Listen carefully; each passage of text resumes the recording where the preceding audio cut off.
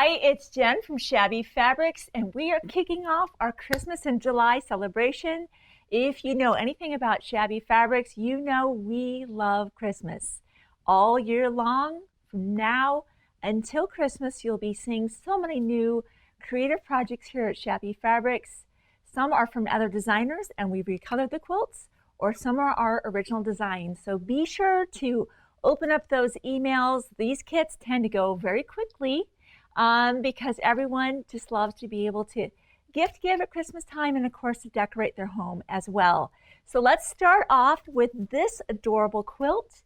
This is Homegrown Holiday by Moda Fabrics, and this quilt is specifically called Time to Decorate. It's just one of my absolute favorites. I love the country scenes. If you can tell, the farm animals, I have little quilted blankets. It's just really sweet. The quilt may look complex, but it's actually very simple with some key tools, which I'll tell you about in just a little bit. As always, especially with Christmas collections, we have limited quantities. Fabric manufacturers tend to print Christmas collections one time. So of course, we put in our purchase order hoping it's enough, and sometimes these fly out the door. So what we're doing with this particular quilt is having what's called a reserve, where you can say, yes, I absolutely have to have that in my home, or maybe I know the perfect person to make that quilt for, and you'll be able to say yes to the kit today with a small reservation fee of just $10. And then when the kits are fully assembled, cut and assembled, and ready to ship out to you, then we charge you the balance of that. For United States customers, we have free shipping to the USA. That's great. And we have very affordable shipping discounted rates internationally. So this is something that we think is going to be extremely popular this year. And be sure to grab the backing. We have a very limited amount of this backing fabric. Again, it's got the animals with the little quilted blankets on there. Very sweet. Really, you know, with some key tools, even a project like this can be approachable by even a confident beginner. These are panels here, so you're not going to be having to build that as applique. So you'll be getting a panel, being able to fussy cut that, and then some piecing will come in. Anytime there's piecing involved, you want to get a nice suite of products to help you be successful.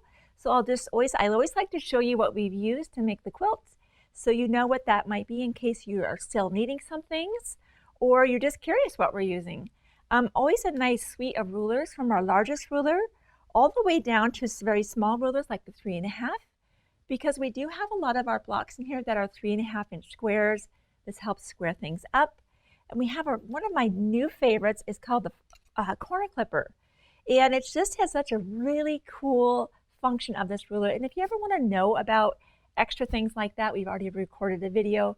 Be sure to check that out on our YouTube channel and subscribe while you're there, because that way we're always coming out with new videos, and that way you're the first to know about it. So a full suite of rulers is fantastic. Of course, you want to start off with some great thread. This is 100% cotton thread. White, gray, neutral, this is our neutral piecing thread set, is all you really ever need to piece any quilt. So you don't need to have a big array of different colors when you're piecing. Now, if you're going to be chop stitching or doing applique, different story. Anytime I'm doing piecing, especially these very specific areas around our fussy cut panels, I want to use a sharp blade every time. So don't forget to grab yourself a fresh blade. We sell the 45mm replacement blades as singles as well as a 5-pack. Pens are so important for that. You want things to hit just so. And sometimes when I skip that piecing, I end up doing a lot of seam ripping. So I have that on the table with me as well. But you can reduce your seam ripping by using some good quality pins.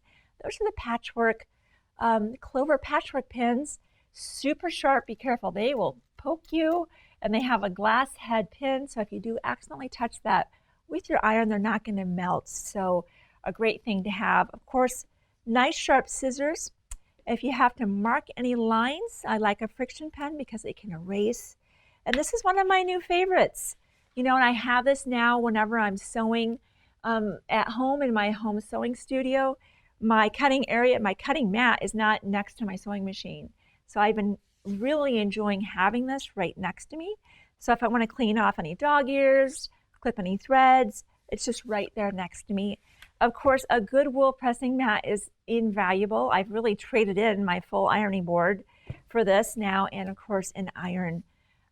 And water clips, my gosh, that's my binding. I used to pin all of my binding, and now I use water clips for all of those things.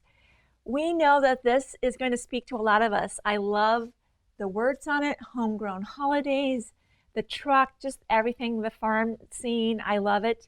We know this will go quickly. Be sure to reserve that kit. Backings are exceptionally, tend to fly out the door, so grab that as well.